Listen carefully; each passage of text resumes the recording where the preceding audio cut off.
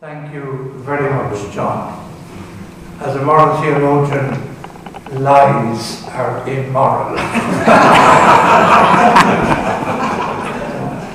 I thank you for the warm welcome. Okay. One of the reasons that I've decided to use PowerPoint, you can see I'm not steady on my legs. I'm going in for a hip operation the week after next. So thank you very much. So it's been a slightly difficult time for me because you've low level and high level pain all the time, and to bring out the old truth that we're body, mind and spirit, and the body isn't good. The head ain't working great either. So the way I've prepared it this evening, and I'm using the PowerPoint to help me communicate. I'm going to try and stand up. If I sit down at some stage, it's just because I'm getting tired. I want to use the PowerPoint because I want to communicate what I've written. I've written what I'm going to say, but there's nothing worse than reading out a text. Nothing. So I hope I'll communicate, and I hope the PowerPoint will enable me to communicate. Sometimes PowerPoints can come between the speaker and the audience. I hope that won't be the occasion this evening. So I'm very happy to be here. Thank you, John. I'm very happy to meet old friends, Wilfred and Philip, and I'm happy to be among the Dominicans. The founder of my order, St. Alphonsus of Liguori, did not like Dominicans. No, it's extraordinary reading at night. I don't sleep at night. I sleep in snatches, and then I'm reading the life of St. Alphonsus. And actually, last night I was explaining why he didn't like Dominicans. So here I am. I like them. I'm happy to be here.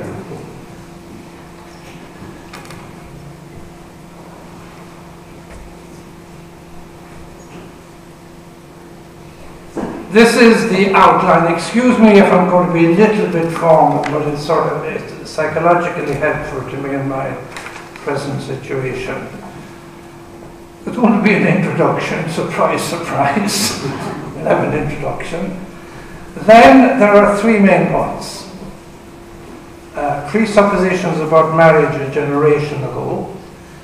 Comments, like where have we come from? What were the presuppositions that my generation, I was ordained in 1969, so I go back to the 60s. What are the presuppositions? Then I'm going to comment on the homosexuality debate in Ireland in the last 40 years, because that's one of the few things I knew a little about. I feel out of date on it now, but I was the first person in Ireland to write about it. My mother did not like it. She said there were none of them in Ireland. But I did, and what I wrote caused trouble at the time. When my little thing was banned. It reads so innocently now. It's so innocent. So I'll comment on that in the light of this evening's talk, which is about contemporary challenges to marriage. Then on to the growing recognition civilly of gay unions, marriage, and the official church responses. So what I'm trying to do is to keep to the title that John gave me, Contemporary Challenges to Marriage, but I'm focusing on the upcoming referendum, because I mean it's around that we'll have to make our decision. And we're in a privileged enough position in Ireland where this question has been put to the people. Because in a lot of other countries it's been decided in Parliament, closed groups, etc. We have a chance to think about it and reflect on it, as the bishops have kindly asked us to do in a statement yesterday. And then, surprise, surprise, there shall be a conclusion. So that's just to give an outline of what we're doing. And to explain how I wrote out this talk, I'm in my room much more than normal at the moment because I can't go around too much. I've done it at two levels. I've tried to gather together my own reflections about the issues, but try to locate them as much as possible in the actual context of Ireland, March 2015. Because it's in that context and from that context that we have to think and to decide how to vote. And when I say to decide how to vote, that means for me that the question is open. It's not automatic that you have to vote no, it's not automatic that you have to vote yes, but what I'd be trying to do this evening is to indicate a little more precisely the issues about which we have to think in terms of the referendum. So as of March 2015, we are being given various opinions. I read the papers, not just the racing results, but I've been following this debate, and it's quite fascinating to see the different opinions. I'm happy that tonight is early on in the debate. Passions haven't flared up too much yet. It's still fairly civilized. There's some statements I'm not too happy with, but I'm just going to go through some of the opinions I've come across in the last few weeks in the papers. There was a letter in the Irish Times saying that the problem about this, the person who wants us to vote yes, that we shouldn't be imposing our heterosexual views on homosexuals. That we shouldn't be giving names to people without their consent. So that made me think. I have my ideas. How valid are those ideas for someone else who's not heterosexual? Ivana Basic, who's a name that's well known, she had a, to me, very interesting article that made me think. Her title was "No Rational Basis to Deny Gay Couples Right to Marry." No rational basis. So I said, well, suppose I decide to vote no, am I irrational? She said there's no rational basis to vote against it. An Irish Times editorial talked about marriage equality, that this referendum is about marriage equality. The vote on marriage equality will be a vote for or against recognizing this new reality. Marriage is no longer primarily about creating an environment for the rearing of children, though many people will do this, etc. So they're saying we have to redefine marriage. There's an interesting article, I have something from the Sunday Independent. It's written by a gay man, Keith Mills, why I'll be voting no to same-sex marriage, even though I'm gay. Because he claims that voting yes sort of eliminates the difference between homosexuals and heterosexuals. So that obviously got me thinking as well. Conor Brady, I think the former editor of the Irish Times, but in an article in the Sunday Times, he says, this is about words, it's not about reality at all. You can, whatever you want to call something, you can call it. There was an interesting article then, be courageous and vote no. Be courageous and vote no. And yesterday, rights group asks Irish people to show generosity and fairness in marriage vote. Generosity and fairness. So the implication in that is that the only way to be generous and fair is to vote yes. And I was wondering, is that automatic? I'm just giving you a sample of the various opinions, because I think that's where we are at the moment. We're in the middle of people having an opinion, and I hope it will continue like that. But my aim tonight is to move that on a little bit for myself, first of all. I can't agree with all of these views. I can see something interesting in them all, actually. But I need to move my own opinion on, there's no consensus even from that very brief sampling. I have to decide for myself on what basis I will vote. And I think with this hip operation I will be here and I will vote. So what we're being asked to vote on, and to keep it in the context of tonight's talk, is the legal definition of marriage. That's a dry thing to say, but that's actually the fundamental question. It's not about whether I like gays or don't like gays, or whether I like lesbians or don't like lesbians. The question is, as I hope to point out rather clearly, is about the legal definition of marriage. And legal definitions can change. So I'm comfortable about the fact that we can vote either way, depending on, for me, on what basis do I give my judgment. So, with all those opinions, I think it's a question of negotiating the confusion at least that I find myself in. And there's a helpful article for a while back by James Allison, whom I think was a Dominican. And he's an openly gay person, but very, very serious thinker. And he starts his article with a long and very good quotation from Pope Benedict, where Pope Benedict is saying, talking about a few years ago, I'll quote the Pope first. However, scientific advances have sometimes been so rapid as to make it difficult to discern whether they are compatible with the truths about man that the Word of God has revealed.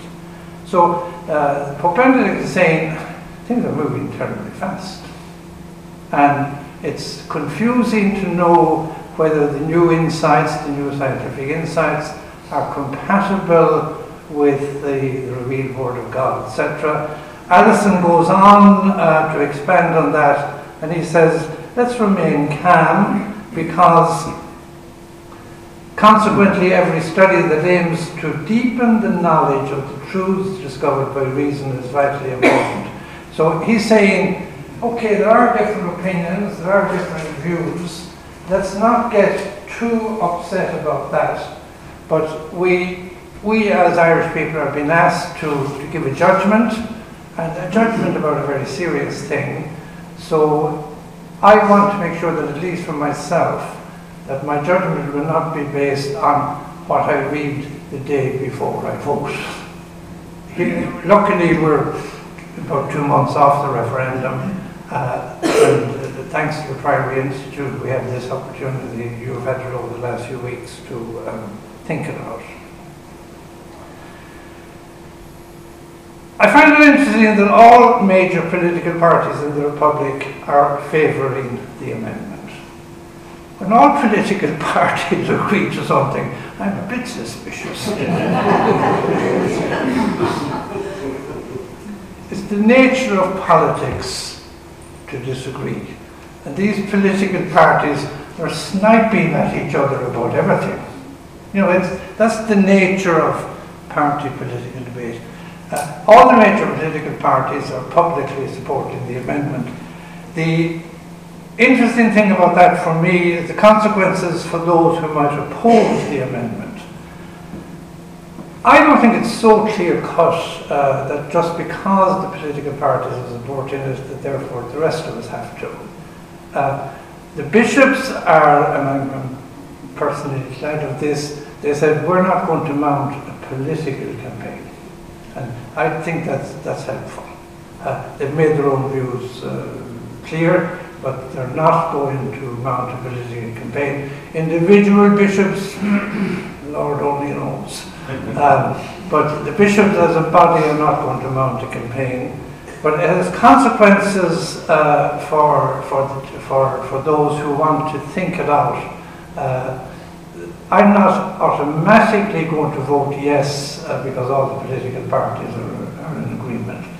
Nor am I automatically going to vote no because of that. But I find it curious, to tell the truth, that all the parties are in favour. And the issue is not about trying to impose Roman Catholic teaching on others. I want to insist on that. The Catholic view on marriage, well, the official Catholic view on marriage, as we see, is pretty down the line. But this is not about enshrining Catholic doctrine into our Constitution. It's very, very important, in my view, to hold that line. This is a legal matter. This is a matter that we have to think out the legal consequences of either way. If we vote yes, that is legal consequences. If we vote no, that is legal consequences. But it's not about Catholic teaching per se. This is actually working. We come to the first point, the presuppositions about marriage a generation ago. Excuse me if this is a little bit I want to read out and read it carefully, because it's one bit of text, two or three bits of text that I want to use in this talk. This is my summary of what I believe the position about marriage was when I was a boy. You know, the legal position. I do it carefully. Genital sexual activity involves the potential of the human person at such a fundamental level that it is properly expressed and protected in a stable, monogamous and faithful union between a man and a woman that's open to new life, and in all of this the spouses reflect the Creator's original design. I hope I'm not contradicting Wilfred's talk or whatever, but to me that's the understanding of marriage with which I began. It's pretty dense, but the interesting thing about it, it doesn't say as much as you might think. Just take a look at it again before I move on. Genital sexual activity involves the potential of the human person at such a fundamental level that is properly expressed and protected in a stable, monogamous and faithful union, etc. And you can see, I can see legal sense in that. Whether it remains the position or not, we'll see. I want to comment on this definition. It's dense. It's not the type of thing you'd go into a pub and start, now my friend, let's get a pint and we'll discuss this thing, you know. It's a technical definition, but I thought of putting it in because what we've been asked to do is to change that. So let's know what we're changing if we vote yes. Doesn't actually define marriage. That's one of the really interesting things that I want to come back to. When are two people married? You know, I'm in the generation where I'm celebrating my nephews and nieces. I don't know what I'm celebrating sometimes, to be honest. You know, it's traditional marriage. It's half humanist wedding.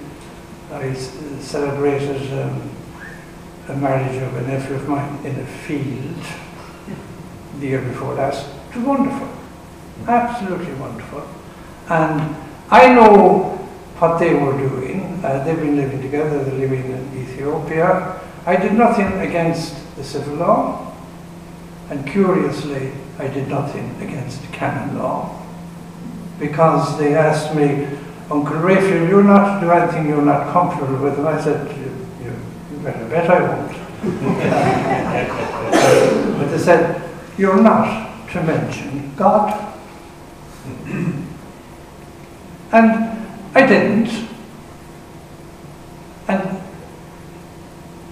I brought the statue of the Archangel Raphael with me. And he was the most welcome guest at the wedding. So I had some little connections.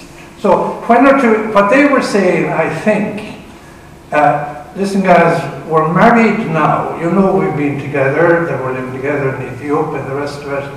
But if children come, we're ready for it. And the first child is on the way. So I think they were saying to the family, to us, now we're married. Because I had to praise 3 times the institution of marriage. I don't do that type of talk, except in formal settings. But they insisted that this is important because they're entering the institution of marriage. I didn't quiz them too much what exactly that meant or what it included or excluded. The interesting thing, I think, apart from that the definition doesn't say as much as you might think it does, the thing that is important in the context of tonight's talk, contemporary challenges to marriage, the link between sex and procreation is not automatically accepted anymore. This is perhaps the biggest moral theological challenge. Go back to my definition: genital sexual activity, etc., etc. The major change, the major challenge to marriage from this point of view is, if you remember using the word, fertility management, not contraception. People can manage their fertility, at least attempt to, decide we're going to have a child now, we're going to try to have a child, let's be more precise. So fertility management. So the link, the practical link between sex and procreation is not automatically accepted in practice. I'm not, please understand, I'm not denying church doctrine as such, I'm just talking the reality. There's an interesting view promoted by the philosopher Paul Ricoeur. It's simple, he was a serious philosopher. He divides the history of sexuality into 3 phases. The phase of mystery, the phase of rational, and the phase of the relational. Let me break that down. In olden times, including Old Testament times, sex was a mystery. It was like God. There was no explaining it. It was a mystery. And Wilfred might comment afterwards, you had things like temple prostitutes, people who were initiated into sexual activity in the shadow of the temple. The 2 mysteries of life were God and sex. There was no explaining them. And when you read some of the court cases, etc., there's no explaining what sex can do sometimes. It can go all over the place. It's mysterious. The change, and I think Ricoeur is right on that, in this, is that in the early, the period around Christ, but not connected with Christ originally, was the Stoic philosophers, and these were serious people. They said, it's not a mystery at all. Sex is for procreation. There is an explanation for this thing. And the church took over that view, that sex is for procreation. And I think we're in another stage now because of what I'm calling fertility management. People people legitimately want to arrange the fact that they're in a fertile relationship to say, well, we'll try to have a child this year, next year maybe not because money isn't there or whatever. So sex is entering a relational phase rather than a rational phase. And I think that could have a lot of gains for the human understanding of marriage. I don't think it's all bad news. The book, it's funny how you go back to things you relied on in the past. I think a classic book still is the good Dominican Shillerbeck's Marriage, Secular Reality and Sacred Mysteries, that first of all, marriage is a human reality. It's that before it's a religious reality. And so the fact that it's going back to that, I don't think is altogether bad news. We know that stability is not guaranteed by the legal celebration of marriage. We might regret that. We might say, well, time was when people stayed together for the sake of the children, etc. But that doesn't happen anymore. I know that from my own family. Because I'm like the rest of you, I'm divorced siblings and all the rest of it. And my mother, to whom God be good, would say, well, listen, you stay together for the sake of the children. And they would say, we're breaking up for the sake of the children. So stability is not guaranteed by the legal celebration of a marriage. Canon lawyers, I don't know if there's anyone here tonight, canon lawyers won't like what I'm now going to say, but I believe it deeply, that marriages become permanent. You can say something was a permanent marriage when one or other dies. Permanency is not guaranteed by correct legal formulae. It's not guaranteed by church services or civil services. And I think we need to take that very much into account. One other comment on the definition before I move on.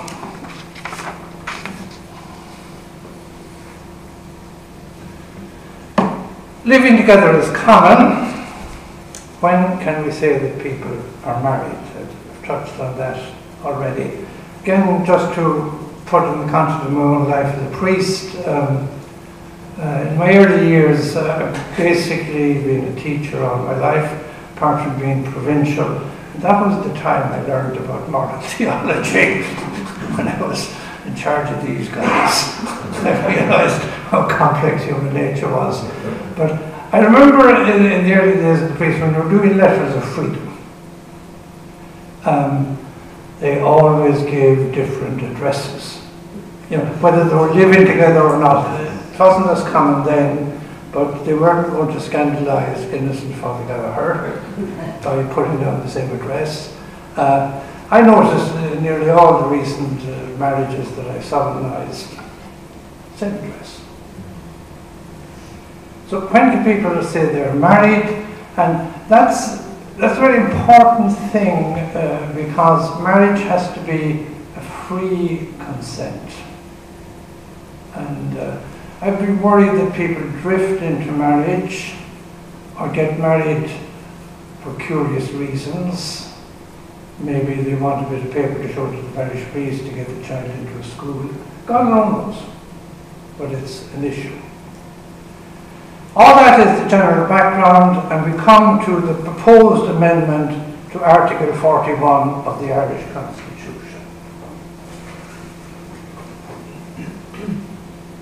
This, ladies and gentlemen, is what we'll be voting on. Here's Bunrock na Héireann. We're going to be asked to put in at number 4 of Article 41, which is on the family.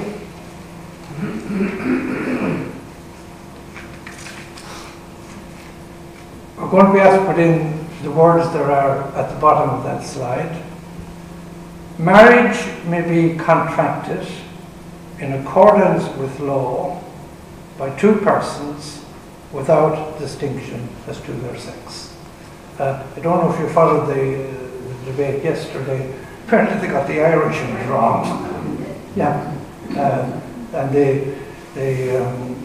I'm interested in this because what I'm working on now in my retirement. Is a translation of St. Francis from Latin into English and Italian. And translations are very difficult things. Very difficult. You can get it wrong. And apparently the Irish version could have implied that the only real marriages would be gay ones.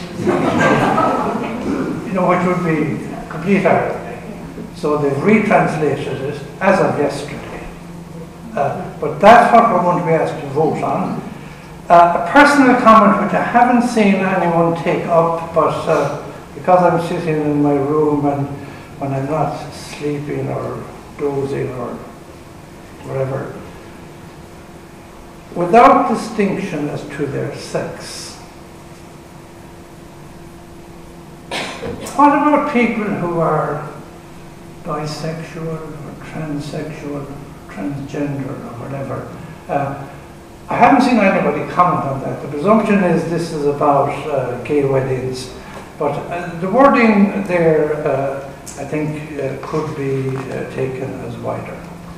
So that's the first point, that the state of the union, if I can call it that, the state of marriage, is a bit in flux. Leave the referendum out of it. We're going through a period of change and different marital arrangements, different living arrangements. So the possibility of voting yes in favour of same-sex marriage, that's not the only issue. I want to insist on that. It's the issue I'm focusing on because it's the immediate one, but marriage is changing anyhow. And I presume if I can notice it in my family, you can too. Now I want to come to the second point, the homosexuality debate in the last 40 years. Here I'm going to be a little bit personal and reflect on my own pastoral experience and also reflect on the reading that I did. Unfortunately, I was very well informed on this when I began writing, but if you don't keep up with something, you get out of date. So I haven't kept up to date as much as I'd like to, but I have learned a few things from experience and I have formed some opinions, so I want to comment on both of them. When I studied moral theology 50 years ago, we did discuss this, but I'd say it was about half a class, and I'm not even sure that we use the word homosexual. Homosexual is a very recent word. It only came into the English language in the 1880s. This was unnatural. So, it was clear as a bell. It was unnatural, so we didn't have to discuss it. If it's unnatural, because it can't be procreative, you can't, that was the essential argument. I checked it with my professor of moral theology. He took me, I did something this morning that I never did before. I went to a chiropodist, because I don't want to go into hospital with dirty feet. it was my former professor of moral botany, actually. And he confirmed that, there was no need to discuss it then. It was unnatural. End of story. What did I learn? Here I'll be a little personal, not because I want to talk about myself, but because I want to gather lessons. I first became aware of homosexuals in 1976. That's nearly 40 years ago. And how did I become aware of them? I became aware of them through a much maligned organisation, the Legion of Mary. I was spiritual director to a presidium that had been set up at the direct wish of the late Frank Duff. He said, we must do something for these people. Frank Duff, Legion of Mary, 1976, gay rights, eat your heart out. The formula, we eventually got expelled from the Legion, but I got over that. The formula was that we had our Legion meeting and we said our prayers. They were good people. And meeting one of the we were all heavily heterosexual, but Frank Duff wanted this to be our work. And so we had the Legion meeting and the prayers, and Father Spiritual Director giving us a talk. And the legionaries then went out to where these people were to be found. We're talking mid-70s. They were to be found in public toilets and in some bars, pubs that were known to attract. So they went to these places and they brought some of the legionaries back. We used the house down on the canal. Again, it was quite extraordinary. There were 2 floors. The bottom floor was for the prostitutes, and the top floor was for us. The good Legion people were giving these prostitutes a cup of tea and encouraged them to get out of the game, etc. Upstairs, we were trying to make little legionaries out of these people. God forgive us. No, I won't say God forgive us, but it seems simple to us. So that's 40 years ago. I'm not going to go into the history of the pastoral care of homosexuals in Ireland, interesting as I believe that is, because our topic tonight is marriage. But I want to make a comment on a few points that I learned from that experience, and which I think has some relevance to the current debate. I became very aware that many homosexuals were living in very undignified ways. Imagine, God forgive me, imagine good people being reduced to go into the public toilets for company. You know, it's very sad. So they were leading very undignified lives, not because they wanted to, but because that's what society and the church was doing to them. I mentioned my mother, I'll mention her again. My mother, like all good mothers, defend the son of the priest if there are strangers around. Dare you criticize me? But within the family, she didn't think much of my association with those people. And I remember distinctly one night saying, "It's no need for you to be doing that. No need to be." She was a teacher. She was good at Irish. She placed Deneen's dictionary in front of me. Of course, there's no Irish for homosexual in Deneen, so this was case proof. So I went home with my tail between my legs, and I better think this. So I got the more recent Irish dictionary, and of course it's there. But my other was, well, actually, the country's gone to pot. I did learn, I was upset about the undignified way these people were living. I began to see the advantages of accepting the reality of homosexual people. I was told I was creating an occasion of sin by bringing these people together. Before God, I'm certain I wasn't. I was trying to create a climate where these people, by the group of us accepting them, they could accept themselves. Because that was the issue.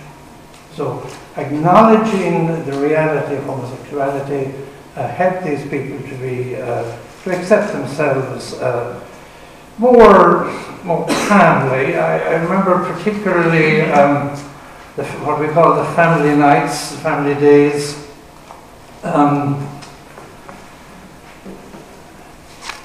Where they would bring their parents and brothers and sisters to meet each other, and gradually there was an acceptance.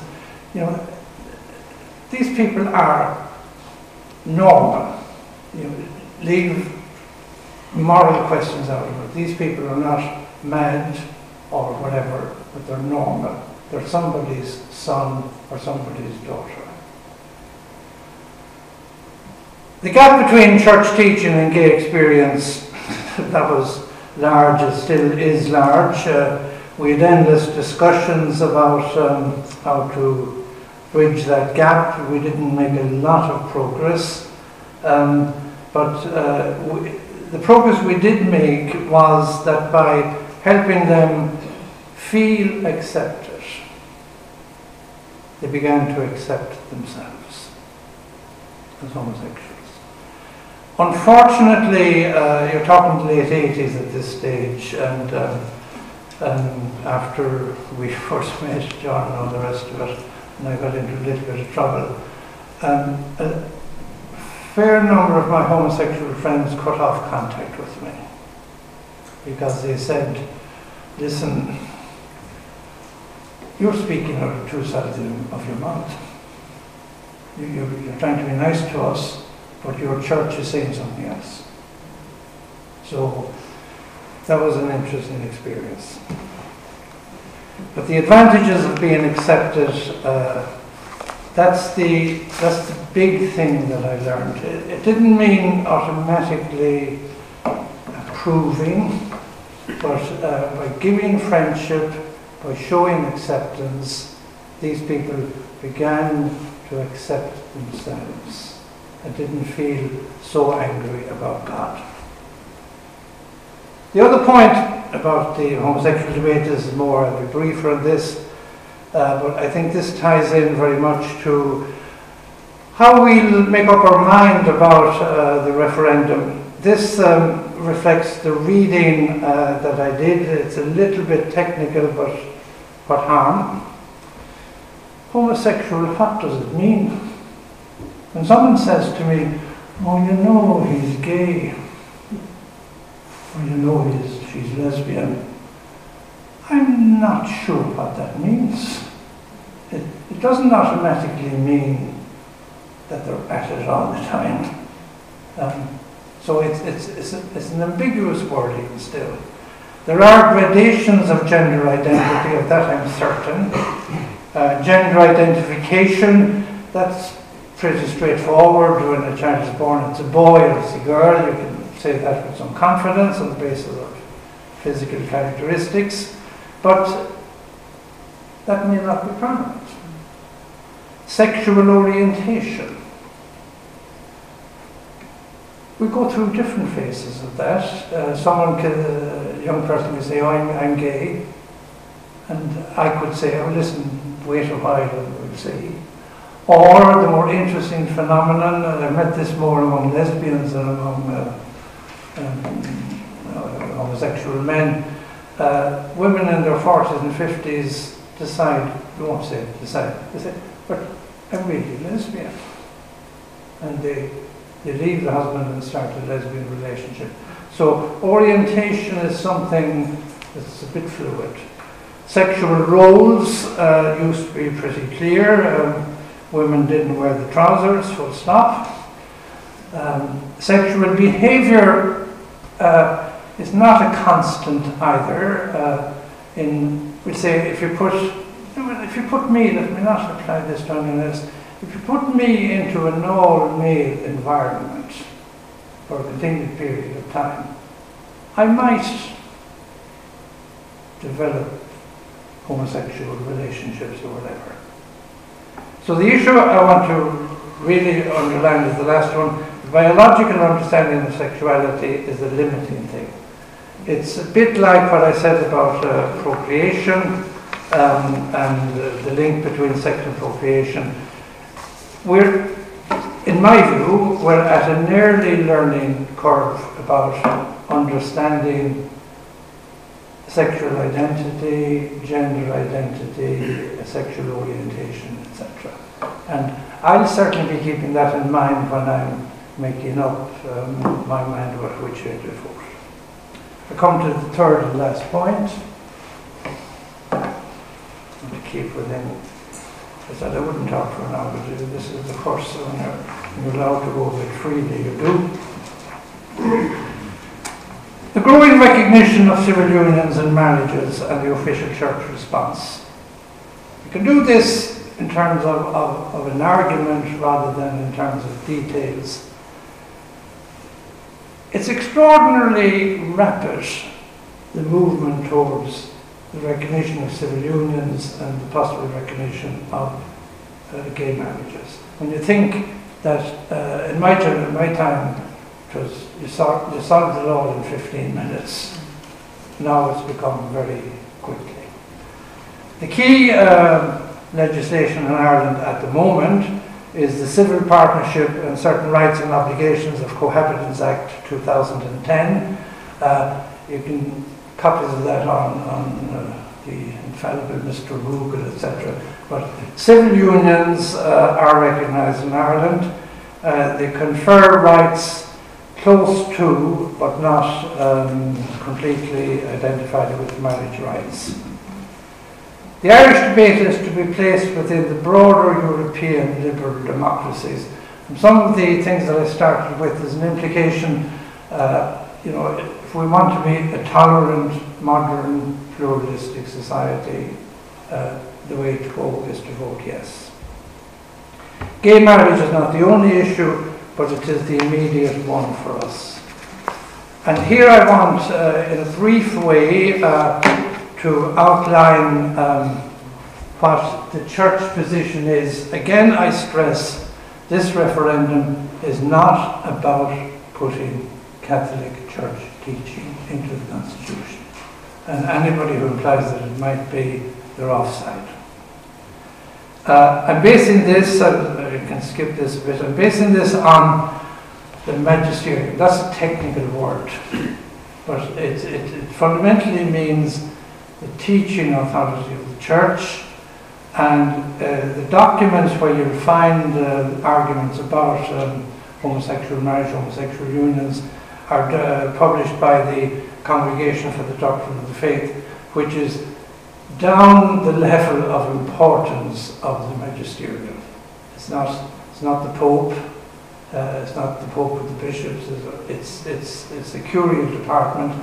That's not to downgrade it, but it's to call it what it is. And there are 4 basic documents if anybody is interested.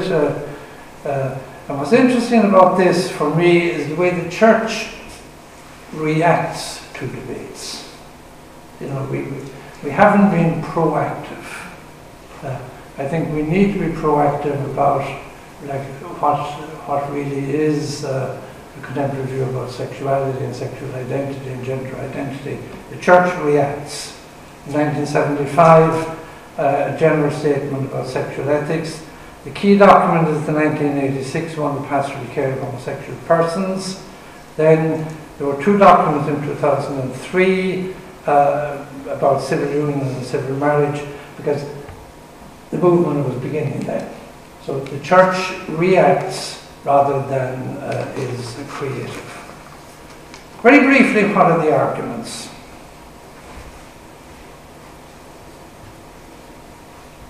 First argument that you'll find constant is that homosexual activity is intrinsically evil. Intrinsic, again, is a technical word.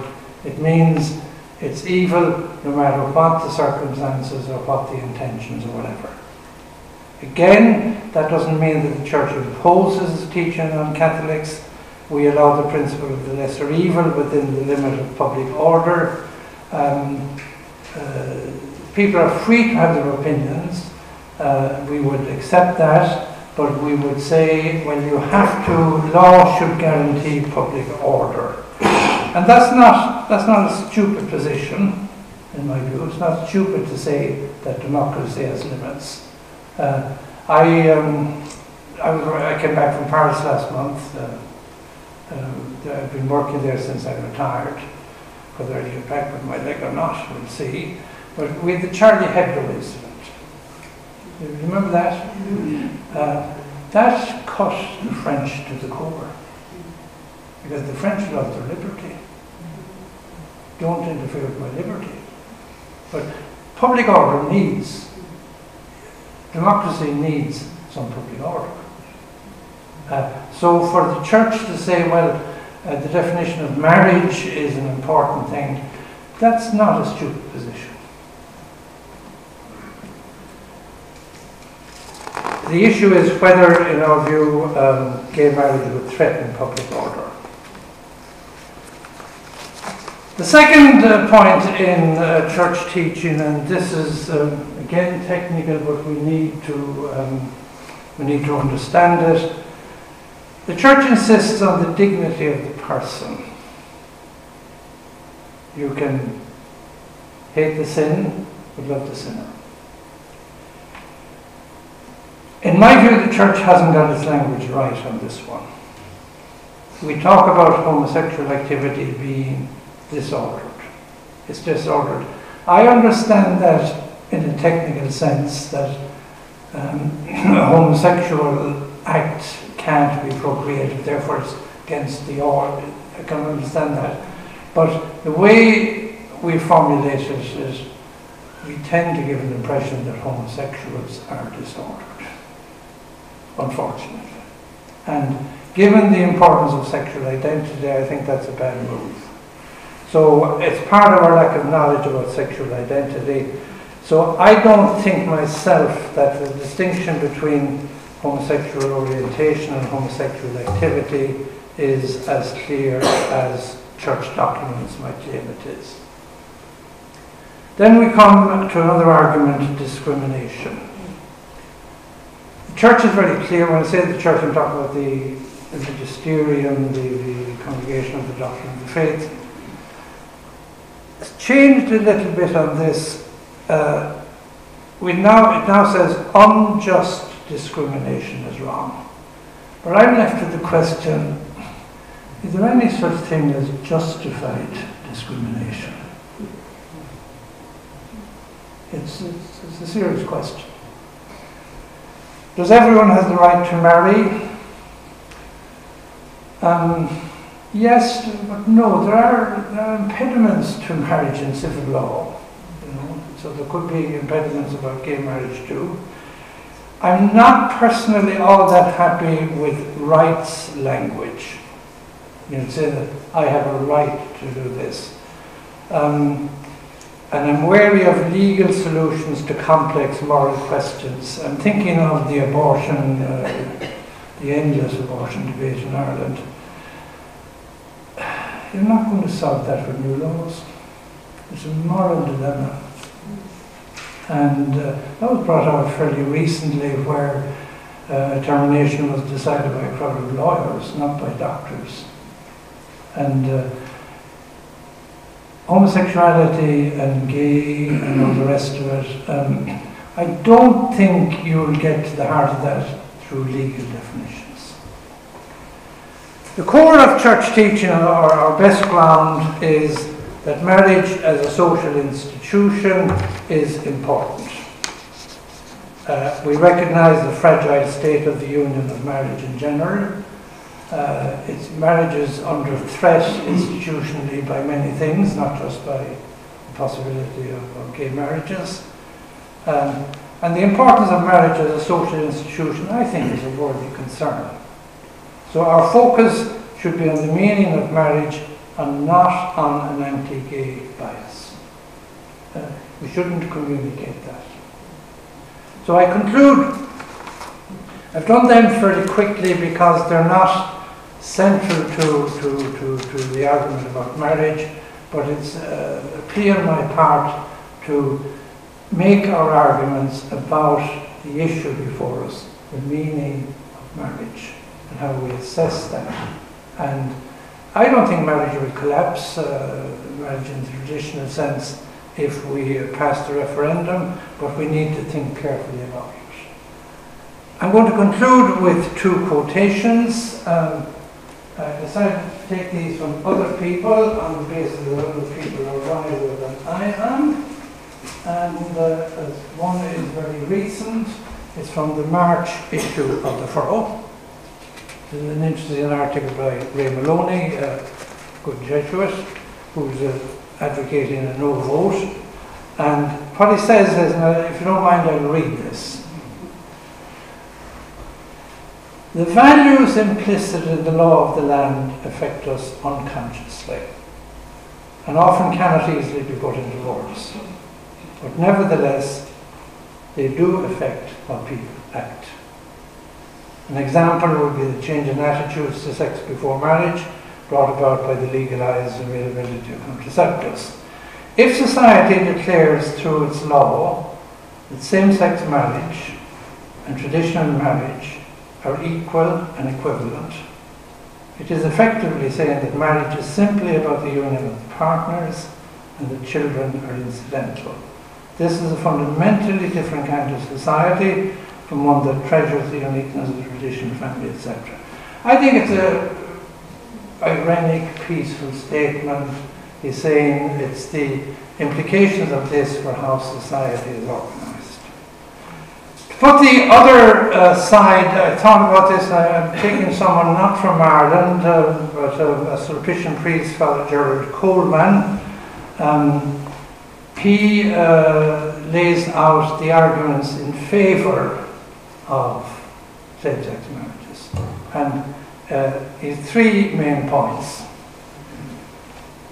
These are not necessarily his views, but he's trying to grapple with them. Firstly, marriage is the highest form of public recognition of personal integrity, and denying it to same-sex people is an affront to their civil equality. So it's that word equality that's central there.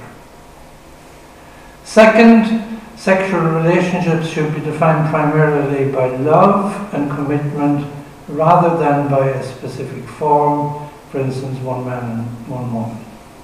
So he's saying that the essence of love is, for people who want same-sex marriage, is to emphasize the commitment. And thirdly, marriage is primarily a choice, an agreement between individuals. Marriage is therefore invented rather than natural. They're the two sides of the debate, put in as peaceful a way as I can. It's not ideological, but they're serious issues. I cannot easily dismiss what Father Maloney is saying, nor can I easily dismiss what Father Judy Coleman is saying. I'm saying that for us in Ireland, we have to balance in our mind which way do we want the law to go. And it is about the law, and it's not about being against homosexuals, or it's not about being against traditional marriage, but it's about asking us to recognize whether we're in different times. So ladies and gentlemen, thank you for your patience. I started at the beginning by outlining the confusion. I hope that at the end you're confused at a higher level.